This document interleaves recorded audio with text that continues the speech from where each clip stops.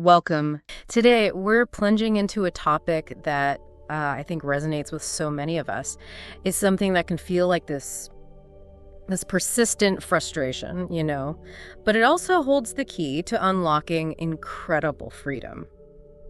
Have you ever been in that situation where you understand English perfectly in your head? Like you can read articles, you follow conversations, you grasp the meaning, even complex stuff. But then when it actually comes time to speak it, your mouth just, it freezes up. Oh, absolutely. That disconnect. It's like the words are right there. Exactly. Bubbling just below the surface, but they simply won't come out in a coherent flow. It's like a barrier, isn't it? Between understanding and actually producing the language. If that sounds familiar to you, then today's deep dive is absolutely where you need to be.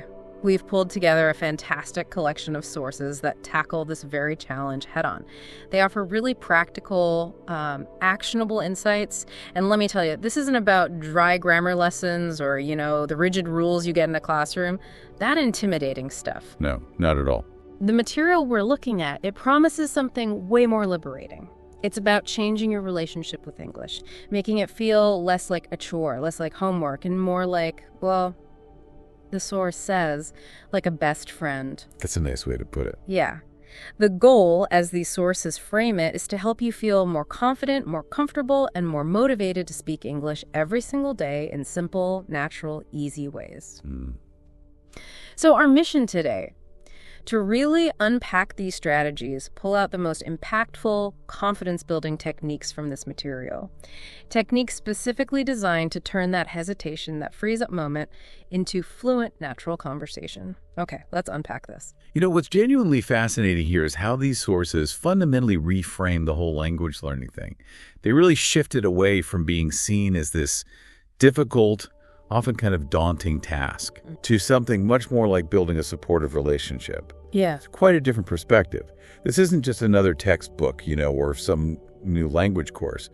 It's presented as this really friendly, encouraging guide, something to help you integrate daily English practice into your life in a way that feels, sustainable. Right. Less like a burden. Exactly. It acknowledges that common struggle you mentioned, understanding but not speaking, and then offers a path that feels, I think, much more like building a comfortable rapport with the language itself. And that relational approach, it's incredibly powerful because it doesn't just focus on the mechanics like pronunciation or grammar rules. Which is what most methods focus on. Precisely. It dives into the stuff underneath the fears, the self-judgment, those mental blocks that hold so many learners back no matter how good they are at reading or listening. It really suggests a fundamental shift in how we approach learning, maybe not just English, but perhaps any new skill that involves overcoming those internal psychological barriers. That initial frustration, that feeling, understanding everything, but just not being able to speak. It's so common, isn't it? It really is, almost universal for learners at some stage. So let's really dive into the core problem our sources identify. Why does this happen? Why this gap? Our sources are pretty direct about it. They flat out claim that most people learn English in the wrong way. The wrong way. Okay, what does that mean exactly? Well, it often means putting way too much emphasis on grammar rules. Dissecting sentences, memorizing verb tables, endlessly drilling vocabulary lists. The traditional classroom approach, basically. Exactly. But critically, without enough consistent, active practice in actual real-world speaking. I like this analogy they use, or maybe it's one I thought of reading it. It's like trying to learn, say, the guitar. You could spend hours studying sheet music, memorizing chord charts, understanding music theory. Watching videos of amazing guitarists. Right. You know about playing the guitar. You could probably ace a written test on it. But if you never actually pick up the guitar, never strum it, never feel the strings, you'll never actually play it. You can't do it.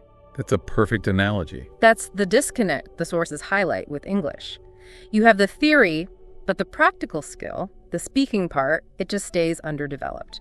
And here's where it gets really interesting, because it challenges how we usually think about learning. It's a brilliant analogy, and it really hits on a critical distinction. If we connect this to the bigger picture, this isn't just about language learning, it's about embracing imperfection and understanding how skill acquisition actually works. The source highlights something crucial, often missed.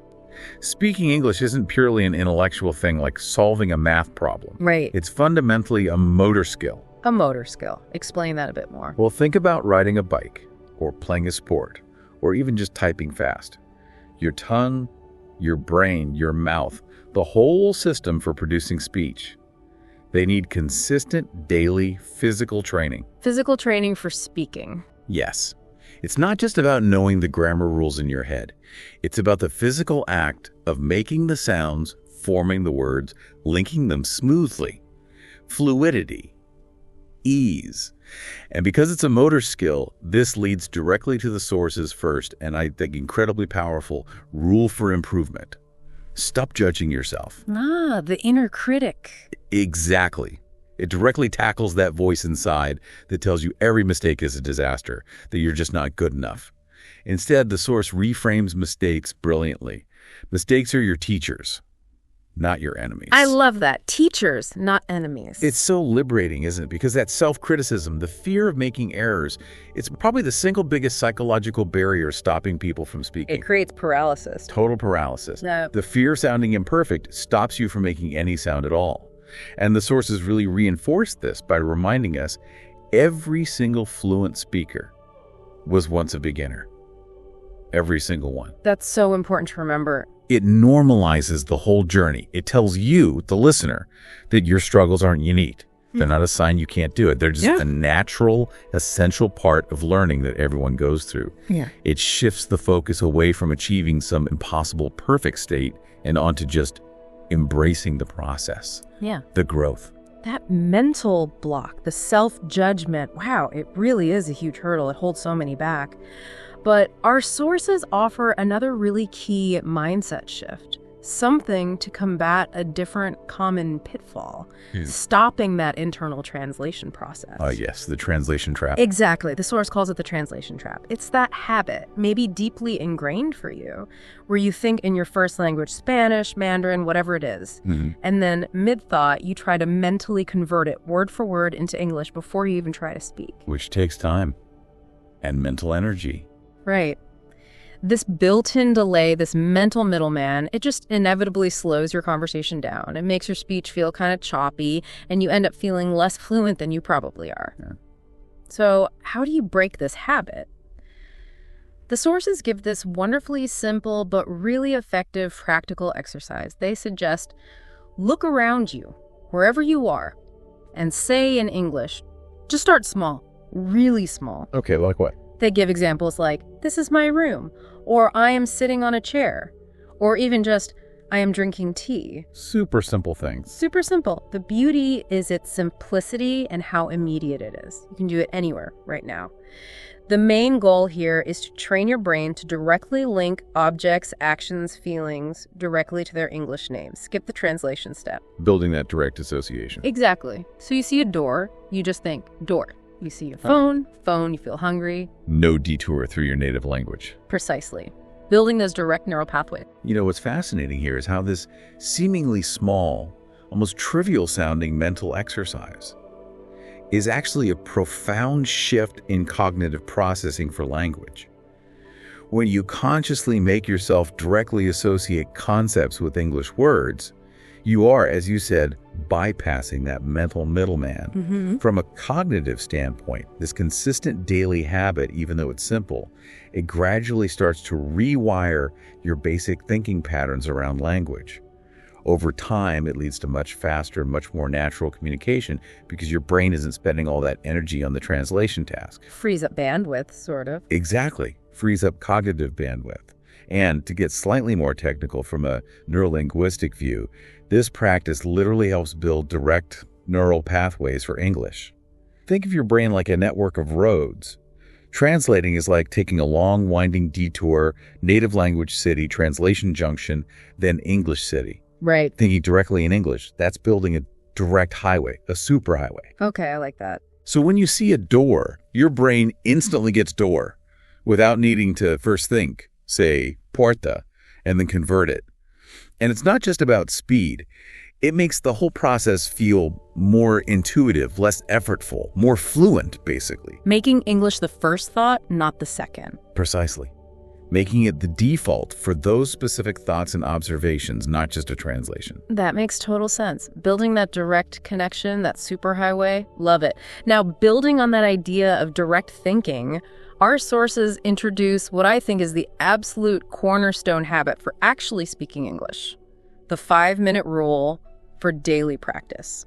This is where the advice gets super practical and, really importantly, approachable. 5 minutes, that sounds very doable. Exactly. The simplicity is its genius. Yes. Just 5 minutes. Seriously, think about it. Who doesn't have 5 minutes somewhere in their day? It just lowers the barrier to entry so much, makes it feel totally achievable, not overwhelming. It's like a psychological hack to get you started. Removes the excuse of, I don't have time. And the specific instruction. Beautifully straightforward.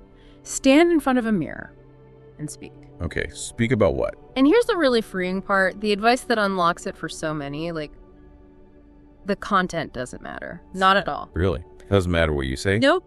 The goal isn't a perfect speech. It's not a complex debate. It's simply the act of speaking, the physical production of English sounds. The sources give great examples. You could say, "Good morning, I am learning English. Today I feel happy." Simple. Or maybe you're tired. "I am feeling lazy, but I will still practice." Still counts. Okay. Acknowledging the laziness, but doing it anyway. Exactly. The core goal, and the source puts this so well, is incredibly simple. The goal is to make your mouth comfortable with English. Mouth comfort. I like that term. Me too. It's about physical comfort. Getting your mouth, your tongue, your vocal cords used to forming English sounds, English sentences. Doesn't matter what the message is. It's muscle memory for speech. This really raises an important question, though. How does building this mouth comfort, as you called it, actually translate into real-world conversation? And what does it tell us about forming habits? Think of this 5-minute habit like a daily warm-up for your voice, or a quick workout for your speech muscles. Like stretches before running. Exactly, like stretches. Just like physical muscles improve with consistent, even short workouts. You wouldn't expect to run a marathon by just reading about running, right? No way. Same here. You can't expect to speak fluently without actual physical oral practice. The more you do this simple, consistent exercise, the faster your mouth adapts. And crucially, the neural connections in your brain for speech production get stronger, more efficient. And psychologically, the impact is huge. This consistent low-stakes practice builds a really positive habit loop. That short duration, just 5 minutes, it massively reduces the intimidation factor that stops so many people before they even start. Makes it feel less scary. Totally. It transforms English practice from this daunting, high-pressure thing into a manageable, almost unconscious routine. When you only commit to 5 minutes, you're way more likely to actually do it, day after day. Consistency compounds. Precisely. Consistency, even in tiny doses, is the absolute bedrock of mastering any skill. This method strategically chips away at the fear around speaking, slowly turning it into a comfortable part of your day. And that comfort is critical for fluency because it removes the internal resistance. I love that, chipping away at the intimidation. And consistency, yes, that's key. Building on that comfortable, consistent practice, our sources bring in this really insightful comparison. How babies learn to speak. It's a natural process that, as adults, we kind of completely forget to apply to ourselves, don't we? We really do. We think we need structured lessons for everything. Right, but think about it. Babies listen. Listen and listen. They're just immersed in the soundscape, absorbing everything. Total immersion. Then, only after all that listening do they start to try small words, then full sentences. And they make tons of mistakes. Tons. But the crucial part, they don't stop. They don't get embarrassed. They don't judge themselves. They just keep trying, driven by that need to communicate. The application for us adults seems so clear when you put it like that. You need to listen more. And listen differently. Differently how? Not intense analytical listening where you're trying to catch every word or diagram the grammar. Okay. More like passive, immersive listening, like a child just soaking it all in. The sources suggest practical things. Watch simple English videos, maybe with subtitles. Listen to easy English podcasts, maybe ones for beginners so it's not overwhelming. Lowering the difficulty. Exactly. And the key advice here is vital. Don't rush. Don't push yourself to understand everything. Just listen. Let it wash over you. Yes, let the sounds wash over you. Let your brain process it subconsciously without the pressure of immediate total comprehension. If we connect this to the bigger picture, this really highlights the power of implicit learning over explicit grammar instruction, especially early on. This approach recognizes that language learning isn't purely conscious and analytical, applying rules you memorized. Right. When you listen without that pressure to understand every single word, you're actually letting your brain absorb the subtle stuff subconsciously. The patterns, the natural rhythms, the intonation of English. The music of the language. Exactly, the music. Yeah. Even if you don't know what every word means. Our sources describe this process of neural integration really nicely. Your ears will catch the rhythm, your brain will start understanding, your mouth will start repeating. This isn't about memorizing grammar charts. It's about intuitively internalizing the language. So your ears pick up the flow. Mm-hmm. Your auditory system naturally gets the stress, the pronunciation, even if you're not focused on it. Your brain, even subconsciously, starts making connections. Sound to meaning, slowly building an intuitive feel for it. And then eventually, your mouth, having heard these patterns over and over, naturally starts to mimic them, to produce them. Just like how we learned our first language. Precisely. Not through drills, but through massive exposure and repetition, leading to that unconscious mastery that feels effortless.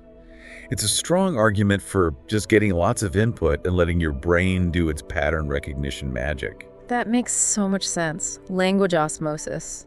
Okay, so building on that, shifting how we think about learning, one of the biggest roadblocks people mention, especially for speaking practices, I don't have anyone to practice with. Ah, yes, the partner problem.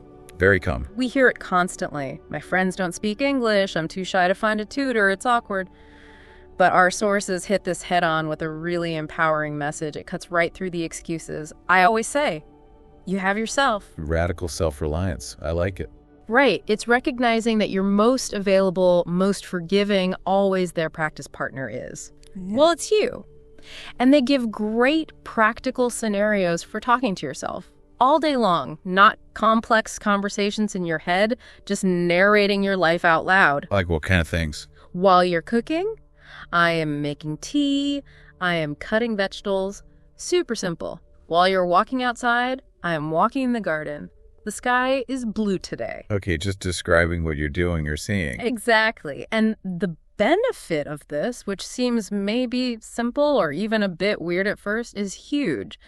Talking to yourself helps remove hesitation. Because there's no pressure? Zero pressure. It's a completely safe, judgment-free zone to just get the words out, to stumble, correct yourself, build that muscle memory without worrying about anyone else hearing. What's truly fascinating here is how self-talk, which, might sound a little odd initially, actually transforms into this powerful tool for building confidence and reducing that performance anxiety. When you speak to yourself, you totally remove the fear of judgment from others. And let's be honest, that fear stops so many people. It really does. So this creates a kind of psychological safety net. You can experiment freely. New words, different sentence structures, tricky pronunciations, all without that paralyzing pressure of messing up in front of someone. A low-stakes practice environment. Exactly. But with incredibly high-value practice potential. And the source adds another powerful technique linked to this. Recording yourself on your phone. Ooh, okay, like making voice memos. Yeah, just hit record, talk for a minute, maybe narrate your day, or practice those simple sentences, and then listen back. The point isn't to pick apart every mistake. It's more about building self-awareness and, crucially, positive reinforcement. Hearing yourself speak English. Yes. Yeah. Hearing your own voice speaking the language, even if it's not perfect, reinforces the habit. It builds tangible confidence. You can track your progress. Notice how your mouth comfort improves. It helps internalize that you are capable of speaking. Solo practice isn't the end goal, obviously, but it's such an essential bridge. Builds the foundation. Builds the foundation, the muscle memory, the mental agility. So when you do talk to others, you feel much less apprehensive. It's like your own personal portable language lab. Your personal portable language lab. I love that. Okay, so once you're getting comfortable speaking to yourself, maybe even thinking directly in English, personal calls, what about words? Vocabulary. Our sources really push back against that overwhelming idea of trying to learn, 1,000 words in one day. Yeah, that's just a recipe for disaster, isn't it? Burnout City. Totally. It leads to frustration, makes you want to give up. Instead, they advocate for a much smarter, more sustainable, and ultimately way more effective method. Learn 5 new words every day. 5 a day. Okay. Just 5. But the key is which 5.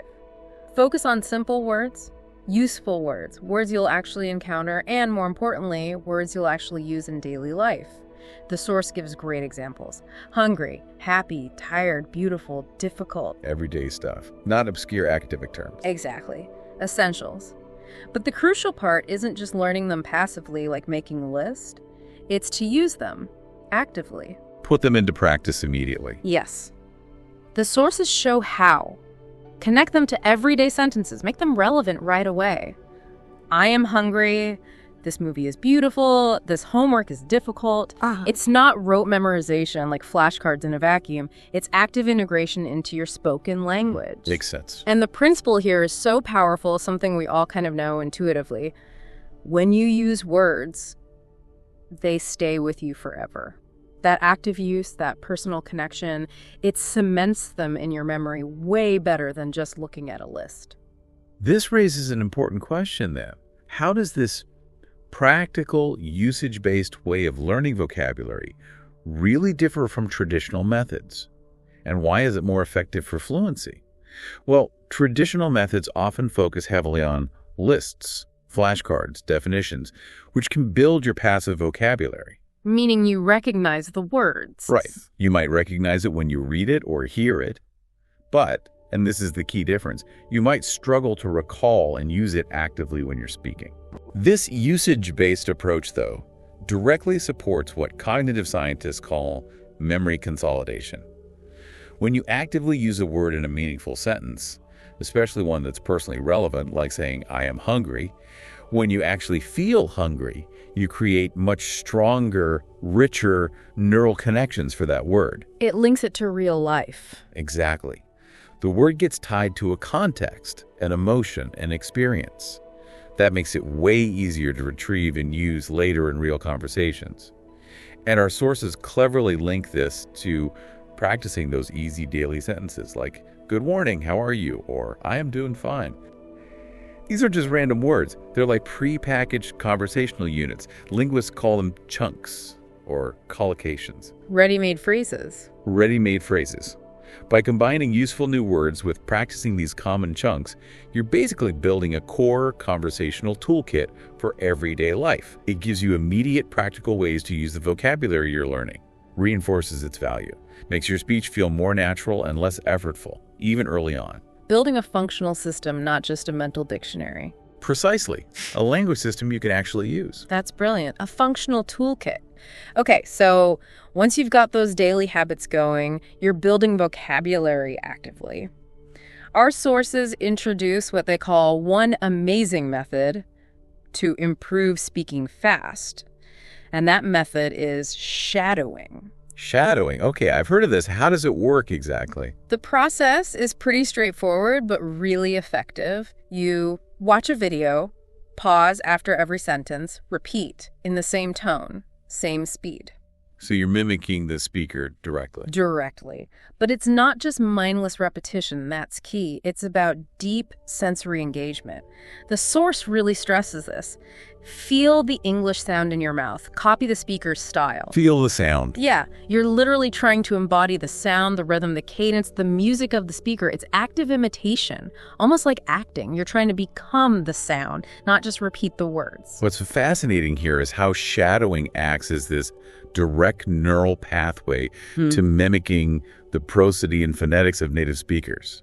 That's what makes your speech sound so much more natural. Okay, prosody and phonetics. Break those down quickly. Sure. Prosody is basically the music of the language, the rhythm, stress patterns, intonation, pitch changes, the flow. Got it. And phonetics is about how you physically make the sounds, the precise movements of your tongue, lips, jaw for vowels and consonants.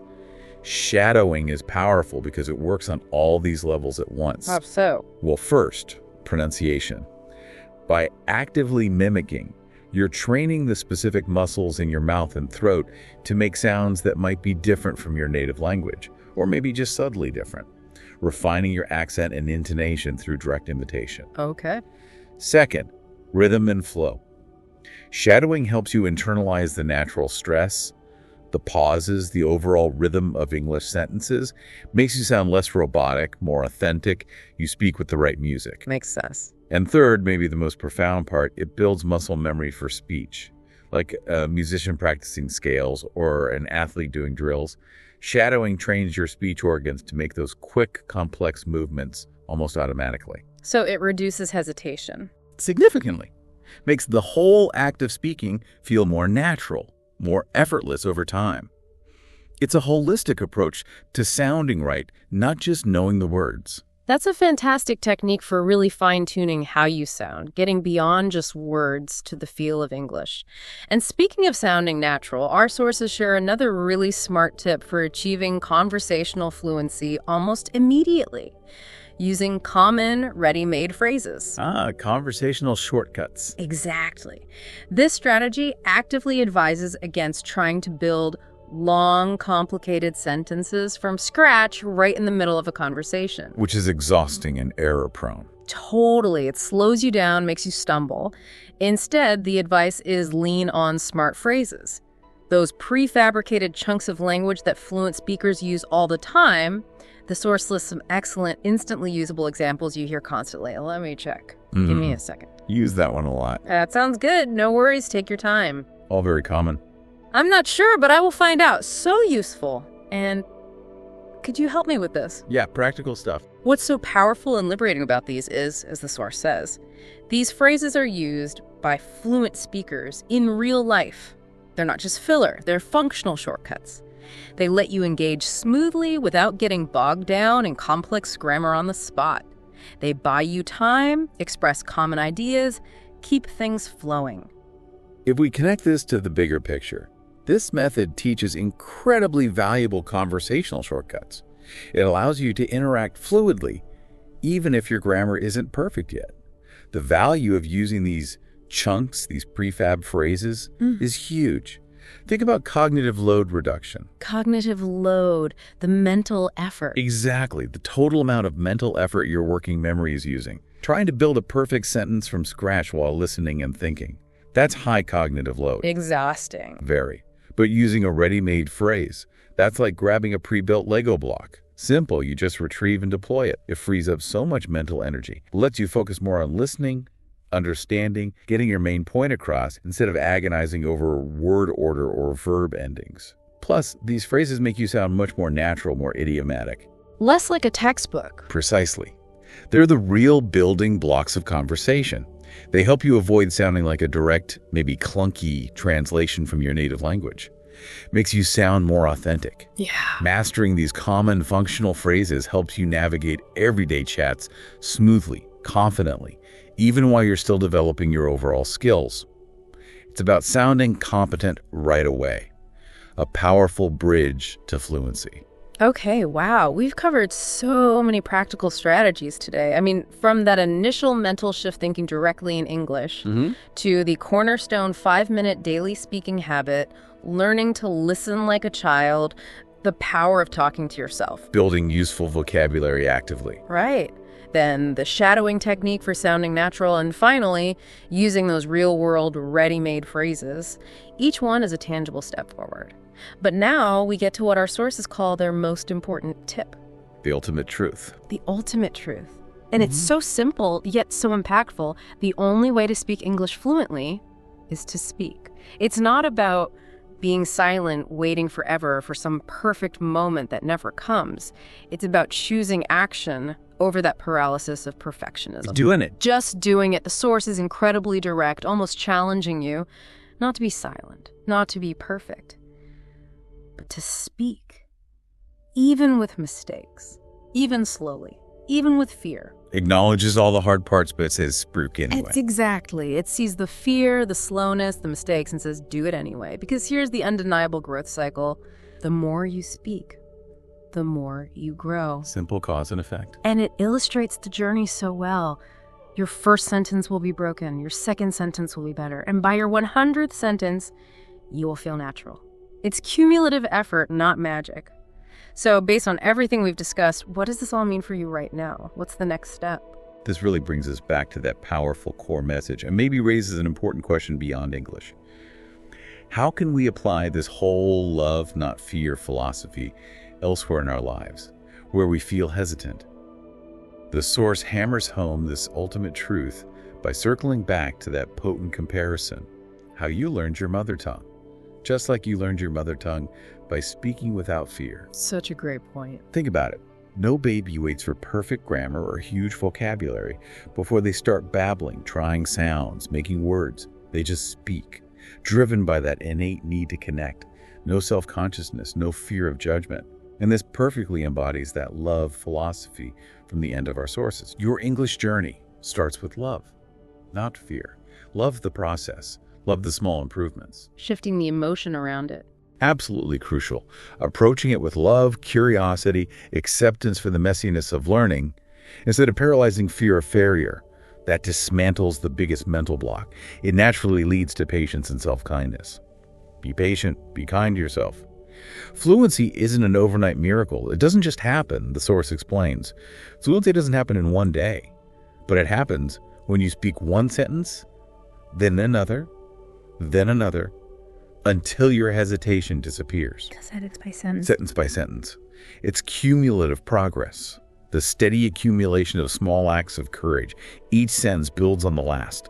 Each time you choose to speak, you chip away at the hesitation, the fear, until eventually it just fades, replaced by confidence, by flow. You know, it's really incredible when you step back and see the whole picture. Yeah. This deep dive, it's shown us that mastering English speaking, especially when you get the understanding part, it isn't about chasing some impossible ideal. It's about a deep shift in perspective, moving from fear and judgment to consistent, courageous, and hopefully joyful practice. We've seen how simple yet powerful steps thinking directly, the 5-minute habit, listening like a child, talking to yourself, building useful words, shadowing, using real phrases, how they all work together. They build on each other. They absolutely do. Transforming that crippling hesitation into flowing confidence. And our source's final message, it resonates so deeply because it's not just about English, is it? It's about you. You are enough. You are capable.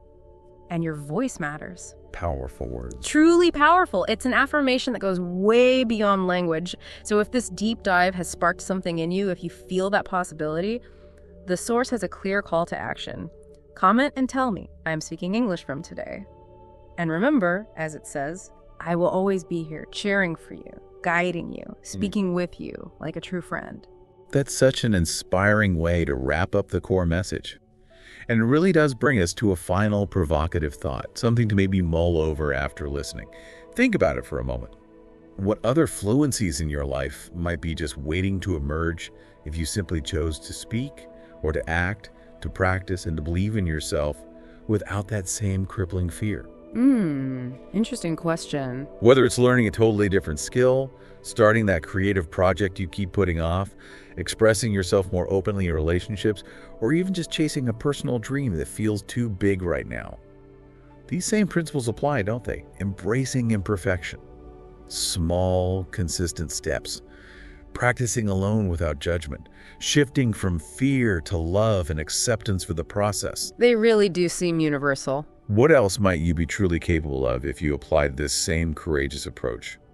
What could you master if you stopped waiting to be perfect and just started speaking or doing or creating with kindness and patience for yourself along the way?